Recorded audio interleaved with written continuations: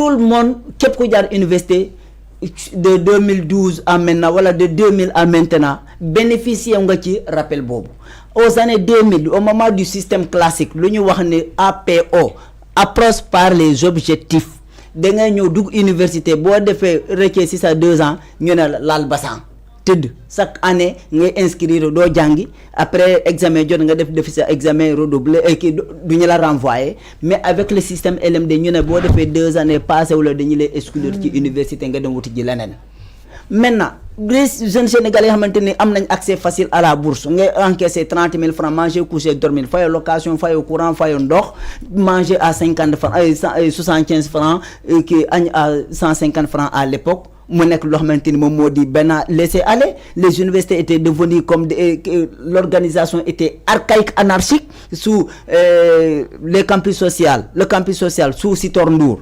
wallahi marché Barak moo ko tane woon Abdoulaye Diouf Sarr moom moo ñëw changer le visage du campus social indi benn aménagement boo xamante ni ça fait beau de vivre à l'université Cheikh Anta dans le campus social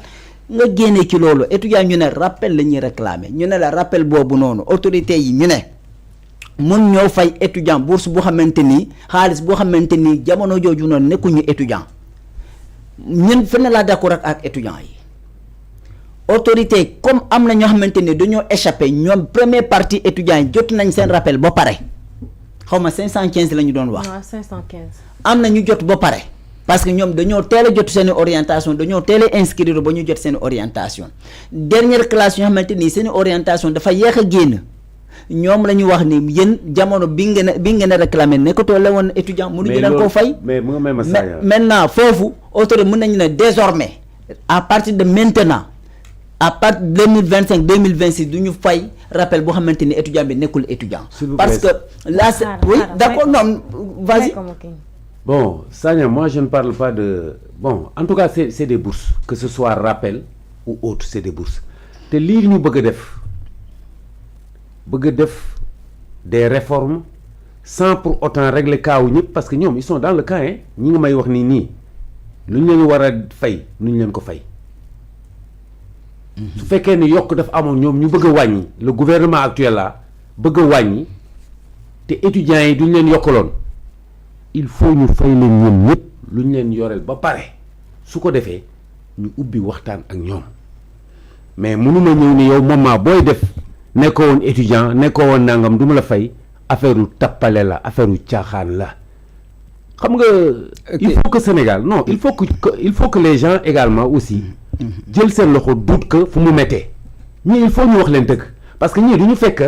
étudiants yi seen bopp Abdoulaye Wade bu mu ñëwee mu généraliser ko Macky Sall bu mu ñëwee mu yokk ko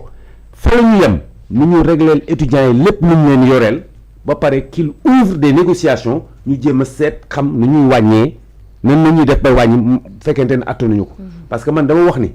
xale yi bu ñu leen jox ay milliards jarluñ ko parce que ñoom ñooy taxaw ëllëg réew mi du yow du man nu déjà on est out lu ñu des bareetul donc il faut que ñu jàppale leen ñu am ay ressources humaines de qualité parce que bu ñu waxee bourse du affaire du caaxaan affaire investissement la on investit sur nos fils pour que demain qu'ils prennent le pouvoir teg ñu ci ay yoon yu baax Sagna monsieur Guèye laay waxee c'est-à-dire comprendre lo dama laa ne autorité man à leur place wax nañ woo nañ étudiants yi ci rencontre étudiants yi bu dee rencontre bi laata ministre de l'enseignement supérieur di ko wax moi j'ai vu des étudiants j'ai rencontré parce que man nee naa ne enseignement supérieur dafa ne loo xamante ne dafa may intéressé de trop raison pour laquelle je m'investis en recherche d'information corps et âme dañoo leen woo rencontre et malheureusement xam nga quand tu parles à visage découverte lii moo tax rajo gën a baax parce que ñun man ay jamono damay génn ba pare dem comporter comme étudiant kenn du la identifier kenn du la xam mais léegi avec la télévision tu as visage découvert am na enquête yoo xamante ne mënatoo koo def parce que tu es vu et tu es connu de partout dañoo leen woo réunion ñu ne réunion boobu noonu du ñu ko dégg parce que on ne met pas en cause les acquis loolu la ñu wax acquis yooyu noonu kenn waxul ni autorité bu ñu fay ñu ngi fay bourse correctement fu ma am malentendu ñu ne la ñu ngi fay seen bourse ba pare ngeen naa doo leen jëndi ticket boo leen jëndulee ticket c'est l'État encore qui va retourner encore di fay li ngeen a joto al lekk léegi nag malentendu boobu noonu laa ne jamono jooju noonu les autorités doivent sortir et doivent pas tomber dans le piège maintenant sous Macky Sall dafa indi CNAIS concertation nationale sur l'avenir de l'enseignement supérieur ñu indi le pré-rapport ñu indi le plan de développement de l'enseignement supérieur ñu indi les 11 décisions présidentielles de l'enseignement supérieur. Dans le pré-rapport à la page 12 premier paragraphe ñu ne la situation actuelle de l'enseignement supérieur ne permet pas à l'État de prendre en charge tous les besoins sociaux des étudiants. Ces besoins-là, c'est quoi? L'accès à la restauration, l'accès aux services médicaux, et ainsi de suite. Ñu ne ensuite les étudiants 90% des étudiants sont issus de la famille des instituteurs. Étudiants yi ne leen déedéet 90% des étudiants sont issus des familles des pêcheurs, des pasteurs, des cultivateurs. Donc foofu noonu ñu ne leen bul leen inversé waxtaan leen ba pa jiital leen waxtaan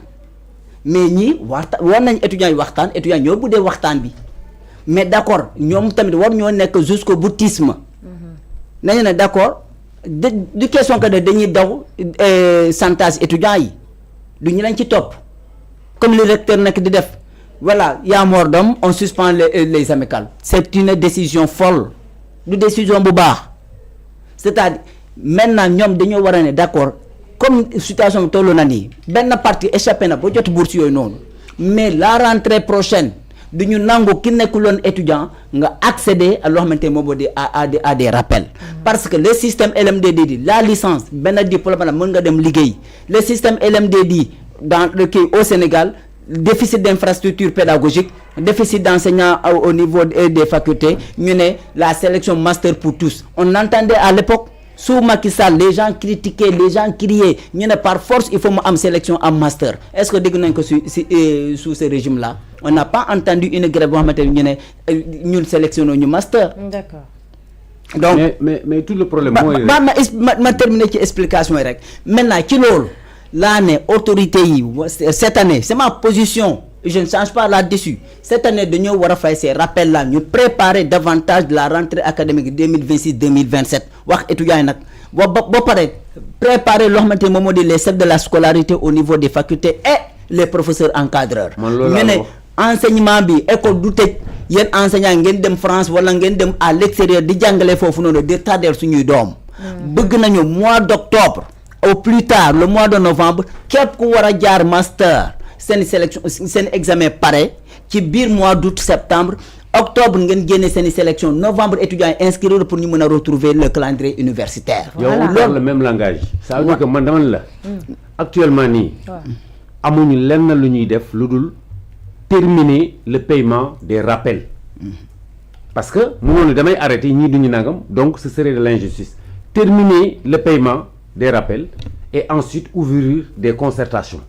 dire ce que l'État peut faire sur l'année à venir nga wax lu état bi mën a def ci année bi di ñëw mais nag Sagna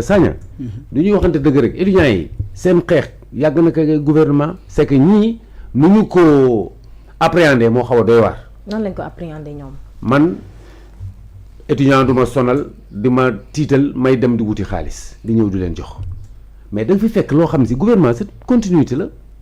soo ko fekkee yow en tant que nouveau président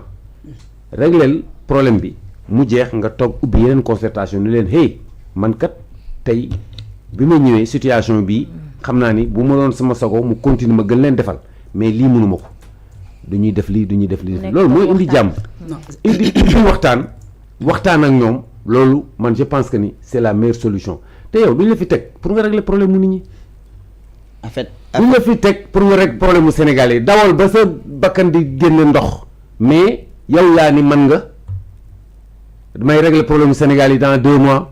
boo ma joxee ma def nii ma def nangam mais montre votre ingéniosité c'est le problème bi yëpp daal Sagna moi je pense que c'est ça quoi mais bi mu si nekkee di dem ak bras de fer avec les étudiants année bi day yàqu année prochaine ñuy gën am problème mais y aura des nouveaux bacheliers bu ñu ñëwee duñu leen orienté. waaw d'accord maintenant ci loolu gis nga enseignement supérieur benn doomu aadama surtout intellectuel du daw la réforme mooy yenn a ngi fonctionné nii dama koy gën a jooyantal bu dama koy gën a baral pour que affaire bi mën a gën a baax. sous Macky Sall la inscription ko quitté en 11 000 francs dem 25 000 francs réforme la 11 000 maa ngi ñëw rek 11 000 à 25 000 francs su Macky Sall dañoo doon wax ni am nañ ay personnes yi xamante ni nekkuñu sax étudiant nekkuñu sax Sénégal te nekkuñu bourse étrangère la ñu am te ñu nga accéder loo xamante moom moo di les bourses mais day métti rek mais gars yi réforme système de bourse moom nañu ko réformer une bonne fois pour toutes ba pare nag bu ñu ko réformer identifier les ayants droit ñu gën ko valoriser 40 000 francs du dara les livres coûtent entre 10 000 11 000 20 000 25 000 francs nga am 40 000 francs mënoo la jëriñ dara. est-ce que nañu waxante dëgg maintenant ñi nga xamante ni nekkuñu ayant droit maruñoo bénéficier ces bourses là nañu ciy génnee seen i loxo c'est ça la réalité à l'heure actuelle. Mais quand on nous dit qu'il y a des personnes ñoo xamante ni nekkuñu sax étudiants ñuy accéder aux bourses. mais ñoo xamante ni xam nga dañoo ne ku am 30 ans doo accéder à la bourse. waaw arrivé à 30 ans doo am bourse. ñu ne y a un président d'amicale qui a plus de 30 ans. ministre de l'Intérieur de l'enseignement supérieur, de la recherche et de l'innovation ñu lay wax ni c'est-à-dire dafa jot ñu waxante dëgg. Nous défendons tous la cause universitaire enseignement supérieur bu baaxulee dara mënul baax dans un pays. Même si nous sommes dans l'enseignement général, dafa jot à chaque fois dañu naan la réorientation du système éducatif vers les sciences sans encore loo xamante moom moo di le préalable parce que mënoo wax damay dem les sciences y a pas nos universités là ban faculté moo am laboratoire digne de nom donc tout est vétuste noonu dañu leen accompagner davantage. Cette année, c'est trop tard. Il y a déjà mort d'homme. C'est la faute et la responsabilité des gouvernants. C'est une responsabilité là de bout en bout. Mais est-ce qu'en plus de 30 ans, place, on est qu'une université? Enseignement supérieur à mon âge. Ok. Enseignement supérieur à mon âge. C'est-à-dire que à tout moment, on peut continuer de jàng. Mais il y a un avantage qui c'est ça la vérité. Bon, tu sais, dans cette crise universitaire-là, il faut faire très attention. Parce que l'autorité, il y a des gens, le ministre là, quand il dit qu'il y a des étudiants qui ont plus de 30 ans et qui obtiennent des bourses, mais j'ai fait l'université. Mais non, ça c'était depuis le temps de Macky Sall. Vous avez 30 ans d'accéder à la bourse. C'est-à-dire, d'accord, mais est-ce qu'il y a des gens qui ont 30 ans et qui... Mais il y a un président d'amicale qui a plus de 30 ans. C'est-à-dire qu'il faut que nous voyons le système de représentation des étudiants. C'est-à-dire, mën nga continuer nekk enseignant continuer di inscrire dans les universités Maître Bamba Cissé keroog la taxaw assemblée nationale moom ba léegi étudiant la te mënoo am mën nga am plusieurs spécialités mën nga am cette vocation là mais mënoo am loo xamante ni moom moo di certains avantages yow yaa génnee sa poche pour investir ci loolu il faut que ñu waxante dëgg en certain moment la réalité moi je suis constant dans ce que j'ai dit mort d'homme à l'université c'est la faute du gouvernement man ki ma mënul tolérer dans tout ça c'est le premier ministre Ousmane Sonko même bu fekkee ne du neex dégg ñoo xamante moom moo di ñu muy àndal parce que man mënu ma nekk premier ministre ma nekk loo xamante ne moom moo di le chef du gouvernement d'une part le garant du bon fonctionnement des institutions ma dégg nii monsieur Guèye mu nga saboté ci université dew ma jàpp la ma mettre dans l'état de ne pas nuire la société dama la jàpp boo pare protéger l'université apaiser le moment man na la hey attention boo defati lii dama lay tëj